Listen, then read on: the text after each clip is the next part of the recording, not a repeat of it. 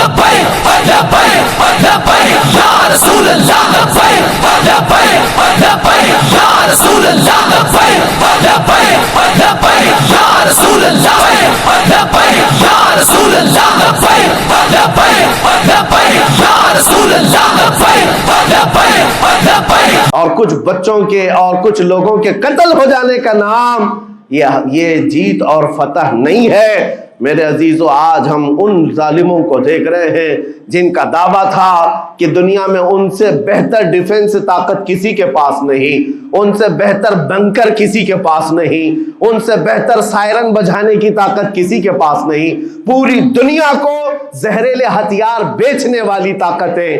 آج ہم نے یہ بھی دیکھا ہے کہ صرف محض ایک چھوٹی سی جماعت سے ان کے ہاتھ پیر ڈھیلے نظر آتے ہیں اور ان کے جسموں میں کپ کپی نظر آتی ہے. پوری طاقت تمہاری ایک جگہ. میں بھی چند دنوں قبل عمرہ میں تھا جب یہ پڑھ رہا تھا کہ ایک چھوٹی سی جماعت جس کو پوری انٹرنیشنل دنیا مل کر کے آتنکواد گھوشت کرتی ہے، امریکہ ہو، یو کے ہو اور دوسری بہت ساری طاقتیں، وہاں پر فلسطینیوں کی حمایت میں لڑنے والے ان مجاہدین کو یہ آتنکواد کہتے ہیں، ٹیررسٹ کہتے ہیں، جو اپنے چھوٹے سے علاقے کو بچانے کے لیے اپنی جانیں دے رہے ہیں. وہ آتنکواد ہیں، وہ ٹیررسٹ ہیں. ان کے پاس کھانے پینے کی چیزیں نہیں رہ گئی، ان کی کرنٹ سپلائی بند کر دی گئی، ان کا پانی بند کر دیا گیا، پھر بھی وہ آتنکواد ہیں. میرے عزیزو، یہ دنیا کا دغلا معیار دیکھو آپ. رشیا پورے یوکرین کو تباہ کرتا رہا، پورا راکھ میں بدل دیا. ان ظالم کتوں کی زبان پر کبھی نہیں آیا کہ رشیا آتنکواد ہے یا رشیا ٹیررسٹ ہے. یہ میڈیا میں بھونکتے رہے رشیا اور یوکرین کی وار چل رہی ہے، زمین کا مسئلہ ہے. ارے ہزاروں لوگوں کو رشیا راکھ میں بدل کر رکھ چکا ہے. کیوں نہیں بولتے اس کے متعلق؟ کیوں نہیں کہتے کہ وہ آتنکواد ہے؟ اس لیے کہ یہ ظالم دجالی میڈیا جتنے ہیں انہیں پتا ہے ان کے باپ داداؤں سے بڑی طاقت اس کے پاس موجود ہے.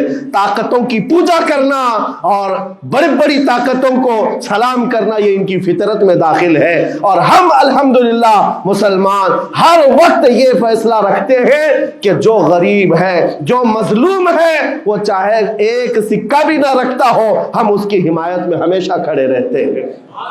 یہ اسلام کی خاصیت ہے. ہم طاقت و قوت اور تخت کو دیکھ کر کسی کی حمایت میں نہیں کھڑے ہوتے، بلکہ حق و باطل کو دیکھ کر اگر مظلوم چھوٹی سی جگہ پر بھی ہے تو ہم اس کے ساتھ کھڑے ہیں. اسلام میں ہو یا نہ ہو، اگر وہ مظلوم ہے تو اس کی آواز ہم اٹھاتے ہیں. عزیزان گرامی وقار، جس کو اپنی طاقتوں پر خوب بھروسہ تھا، میں ایک بات عرض کرتا ہوں مسلمانوں، آج جاگنے کی ضرورت ہے، بیداری کی ضرورت ہے. تمہارے دماغوں پر یہ پٹی ڈالی گئی ہے اور یہ بٹھایا گیا ہے ان کے پاس بہت بڑی بڑی طاقتیں، تمہارے ادھر ادھر کرنے سے کچھ نہیں ہوتا، تمہاری آواز اٹھانے سے کچھ نہیں ہوتا. رب تبارک و تعالیٰ نے تمہیں یہ ظاہر کر دیا کہ میں ابھی پڑھ رہا تھا اس چھوٹے سی علاقے میں غزہ پٹی میں بڑی بڑی دنیا کی 4 تنظیمیں، خفیہ خبر رساں ایجنسیاں موجود ہیں جو ان کی خفیہ خبریں ہر وقت پہنچاتی ہیں. وہ اسرائیل کی بھی ہے، امریکہ کی بھی ہے اور سعودی عرب کی بھی ہے اور ایجپٹ کی بھی ہے. 4 بڑے بڑی کنٹریز کی خفیہ ایجنسیاں کام کر رہی ہیں اور سب کی سب خفیہ خبر رساں ایجنسیاں فیل ہو گئی، ناکام ہو گئی. اس کے باوجود اسرائیل کے درندوں کو یہ وحشتناک چیز دیکھنی پڑی. دنیا آج اس میں حیرت میں ہے کہ ایسا کیسے ہو گیا، ایسا کیسے فیل ہو گیا، یہ سسٹم کیسے کام نہیں کر سکا، ہمیں پہلے سے اطلاع کیسے نہیں ملی. میں قرآن پڑھ کر کے بتاتا ہوں. میرا رب فرماتا ہے وَمَكَرُوا وَمَكَرَ اللَّهُ وَاللَّهُ خَيْرُ الْمَاكِرِينَ. کافر منصوبہ بناتے ہیں اور اللہ خفیہ تدبیر کرتا ہے اور اللہ کی خفیہ تدبیر غالب آتی ہے.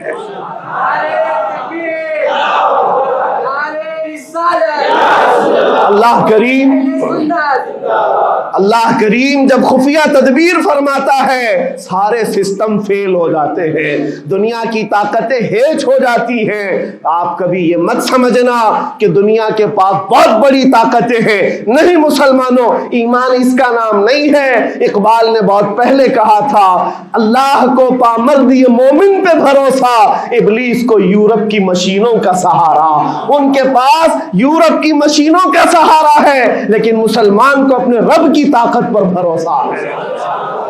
میرا رب غالب حکمت والا ہے اور وہ قدرت والا ہے۔ جس وقت رب تعالیٰ چاہے، کیا آپ نے تاریخ نہیں پڑھی، وہ اگر اپنے نبی کی حفاظت کرنا چاہے تو مکڑی کے جال سے حفاظت کرتا ہے، کبوتری کے انڈوں سے حفاظت کرتا ہے۔ وہ اپنے حبیب کی حفاظت کرنا چاہے اور کسی نبی کی حفاظت کرتا ہے، مچھلی کے پیٹ میں رکھ کر کے یونس کی حفاظت کر رہا ہے، اور ابراہیم علیہ السلام کو آگ میں ڈال کر کے بھی اس تپش سے بچا رہا ہے، اور اسماعیل علیہ السلام کی گردن پر چھری چل رہی ہے، پھر بھی اس چھری سے بچانے والا مولا کون ہے؟ اور سمندر میں اتر جانے کے بعد موسیٰ علیہ السلام کی بڑی فوج کو راستے دینے والا مولا کون ہے؟ آپ جانتے ہیں ابراہیم علیہ السلام کو آگ سے بچانے والا، یونس علیہ السلام کو مچھلی کے پیٹ میں زندہ رکھنے والا، موسیٰ علیہ السلام کو سمندروں میں راستہ دینے والا وہی خدا ہے جو اپنے حبیب کو کفار مکہ کے ہر ظلم سے بچانے والا، ان کے راج کے منصوبوں کو خاک میں ملانے والا، میرے حبیب کو ان کافروں کے سامنے سے ایسے گزارنے والا کہ وہ کافروں کی آنکھیں ہمیشہ کے لیے اندھی ہو کر رہ جائیں۔ وہ مولا کل بھی تھا، آج بھی ہے اور ہمیشہ رہے گا۔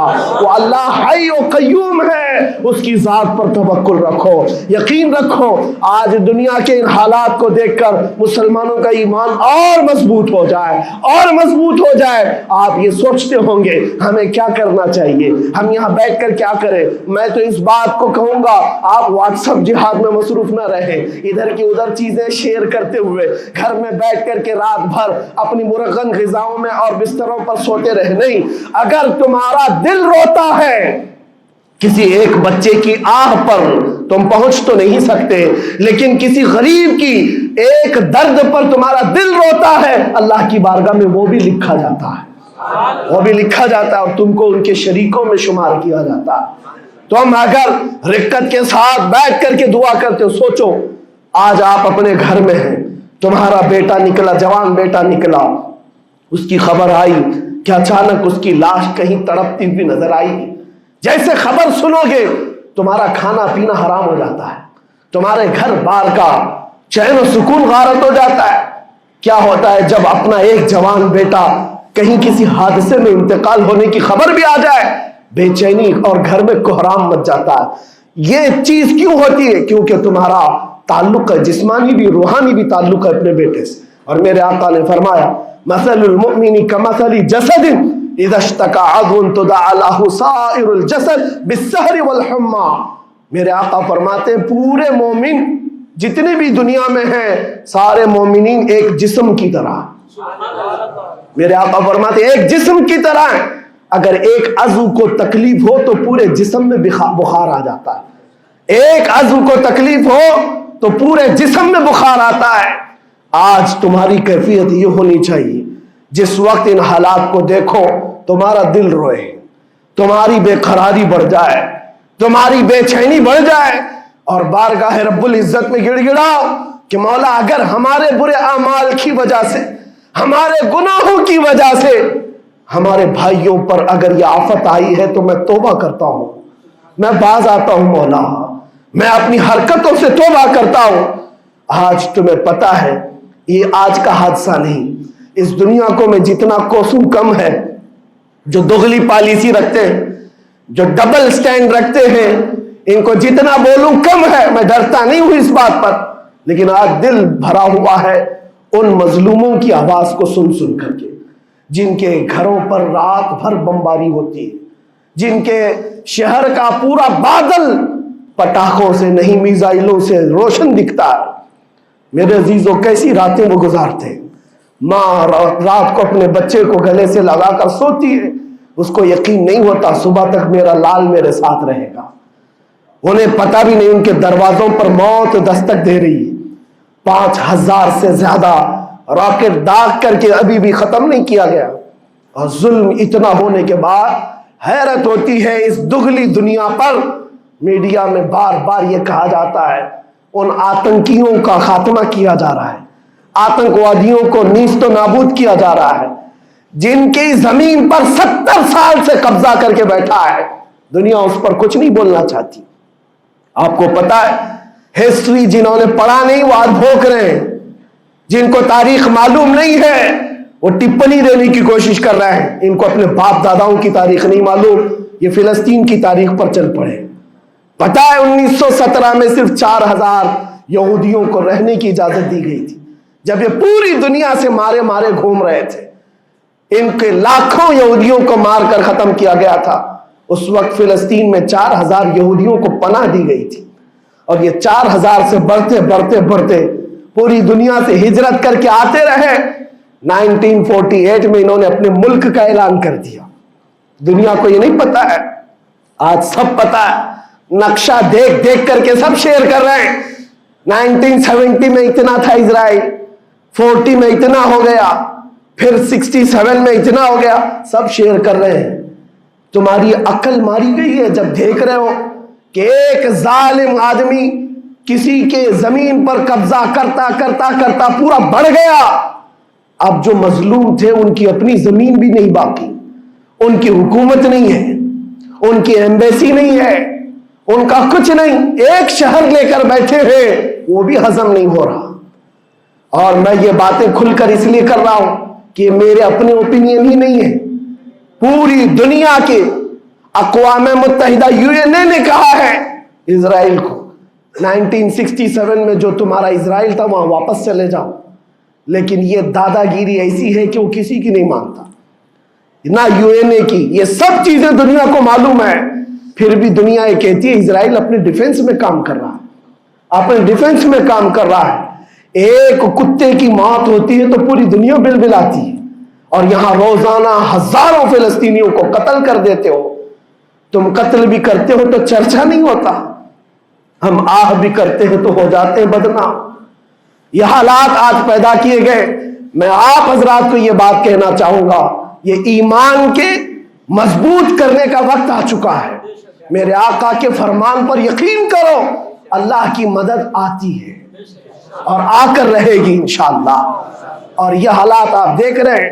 میں ایک بات اور بتا کر اپنی گفتگو کو سمیٹتا ہوں، کثرت سے ان کے لیے دعائیں کرو، کثرت سے دعائیں کرو، اور اپنی غلط عادتوں سے باز آ کر اللہ کی بارگاہ میں مانگو۔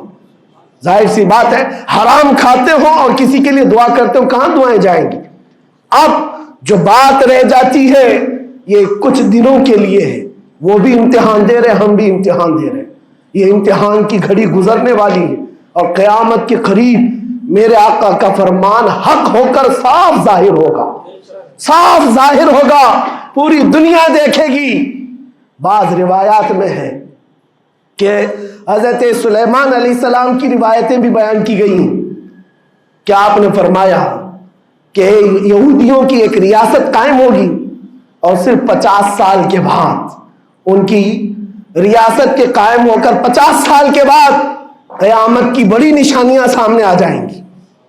اب وہ حالات آ گئے، چند سالوں کی بات ہے، جتنا خون بہایا تھا وہ خون ختم ہوگا، اور خون شہیدہ سے صبح بہارا آئے گی، اور ایک دن پوری دنیا دیکھے گی جب بیت المقدس پر اللہ اکبر کی صدائیں گونج رہی ہوں گی، اور امام مہدی کا ظہور ہوگا۔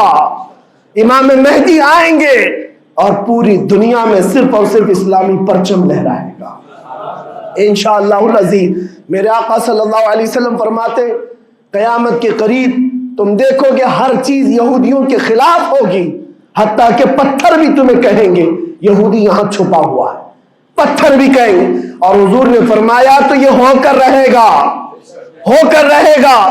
اس لیے ان کی طاقتوں پر نہ جاؤ، ان کی قوتوں پر نہ جاؤ۔ آج جب ایک چھوٹی سی جماعت نے تمہارے ڈیفنس سسٹم کو للکار کر رکھ دیا ہے، وہ وقت بھی آئے گا جب خدائے جلال و جبروت والے مالک خدا کو، اللہ کریم کو جب یہ دکھانا ہوگا کہ اللہ تعالیٰ ایمان والوں کی کیسی مدد کرتا ہے، تو وہ دن بھی دیکھو گے جب کیڑے مکوڑے اور حشرات کی طرح ظالم حکومتیں فنا ہو جائیں گی۔ انشاءاللہ وہ وقت آئے گا، لیکن آپ تمامی حضرات اپنے دلوں میں رقت طاری کریں، اپنے دلوں میں ان غریبوں کے لیے، ان مظلوموں کے لیے دنیا کیا بھوگتی ہے اس کی طرف نہ جاؤ، کون کیا کہتا ہے، ان ظالموں کو ان کے ساتھ کھڑے ہونے میں شرم نہیں آتی؟ آپ کو پتا ہے یہاں ہمارے ہندوستان میں بھی بہت سارے آج نکلے ہوئے سوشل میڈیا پر جنگ کر رہے ہیں اور ان کو لگتا ہے اسرائیل کے ساتھ کھڑے۔ آپ کو پتا ہے اسرائیل ایک ایسی یہودی ریاست ہے جو پوری دنیا کے کسی بھی دھرم کو نہیں مانتے، مسلمانوں کے بھی ویسی دشمن، ہندوؤں کے بھی دشمن، عیسائیوں کے بھی دشمن۔ ان کو پتہ ہی نہیں ہے، ان کو لگتا ہے وہ ہمارا ساتھی ہے، مسلمانوں کو مار رہا ہے تو ہمارا ساتھی ہے، جبکہ وہ صاف انکار کرتے ہیں کہ بتوں کی پوجا کرنے والوں سے ہمارا کوئی رشتہ ہی نہیں۔ وہ یہودی ہیں، وہ پوری دنیا میں اپنے آپ کے متعلق یہ عقیدہ رکھتے ہیں کہ اللہ نے ہم کو ایک خاص مٹی سے بنایا اور سارے انسانوں کو کچرے سے بنایا، ساری دنیا کو کچرے سے اور جانوروں کے فضلے سے بنایا اور ان کو ایک خاص جنت کی مٹی سے بنایا۔ اور قرآن میں یہ ذکر موجود ہے، اللہ فرماتا ہے وقالت اليہود نحن ابناء اللہ واحباؤہ، اے محبوب یہ یہودی کہتے ہیں ہم اللہ کے بیٹے ہیں اور اللہ کے محبوب ہیں۔ رب فرماتا ہے اے محبوب ان سے کہہ دے اگر تم اللہ کے بیٹے اور اللہ کے محبوب ہو تو مرنے کی تمنا کرو کیونکہ اللہ سے مل جائے، لیکن اللہ فرماتا ہے وَلَن يَتَمَنَّوْهُ أَبَدًا، وہ موت کی ہرگز تمنا نہیں کرتے۔ یہودیوں کے ہاں جینے کی ہوس بہت ہے اور قرآن کہتا ہے لَوْ يُعَمَّرُ أَلْفَ سَنَةٍ، اگر ان کو 1000 سال کی زندگی بھی دی جائے تب بھی وہ مرنا نہیں چاہتے، یہودی مرنا نہیں چاہتے۔ یہی تو بات ہے میرے عزیزوں، دنیا میں اور ہم میں فرق یہ ہے وہ کہتے تو ہیں ہم اللہ کے بیٹے اللہ کے محبوب لیکن مرنا نہیں چاہتے، لیکن مسلمان کا بچہ جذبہ شہادت میں نظر آتا ہے، وہ ہمارے نزدیک موت کوئی حادثہ نہیں۔ ہمارے بزرگوں نے تو ہمیں یہ بتایا ہے کفن کندھے پر لے کر چلنا، موت آئے تو اوڑھ کر سو جانا، یہ نہ سوچنا کہ حادثہ ہوا ہے بلکہ یہ سوچنا ادھر آنکھیں بند ہوئی ادھر زیارت مصطفیٰ ہو گئی، ادھر میرے رب سے ملاقات ہو گئی۔ مولا کریم کی بارگاہ میں دعا ہے جب تک زندہ رہے عزت اور ایمان کے ساتھ زندہ رکھے۔ مولا غریب فلسطینیوں پر تو رحم فرما، مظلوم فلسطینیوں کو آزاد فرما۔ اے کریم ارحم الراحمین، تو نے فرمایا جب بندہ مجھے مصیبت میں پکارتا ہے میں اس کی پکار کو سنتا ہوں۔ اے مولا آج فلسطینیوں سے زیادہ کون مظلوم ہے، ان سے زیادہ کون مصیبت میں ہے اور تجھ سے زیادہ کون رحم کرنے والا ہے۔ اے مالک و مولا ان پر رحم کی بارشیں فرما، اے اللہ ان پر رحم کی بارشیں فرما اور ظالم طاقتوں کو فنا فرما دے، ان کو نیست و نابود فرما، ان کو کیفر کردار تک پہنچا، اسلام و سنیت کا بول بالا فرما، کفر و شرک کا منہ کالا فرما۔ وصلی اللہ تعالی علی خیر خلقہ محمد وآلہ واصحابہ اجمعین برحمتک یا ارحم الراحمین۔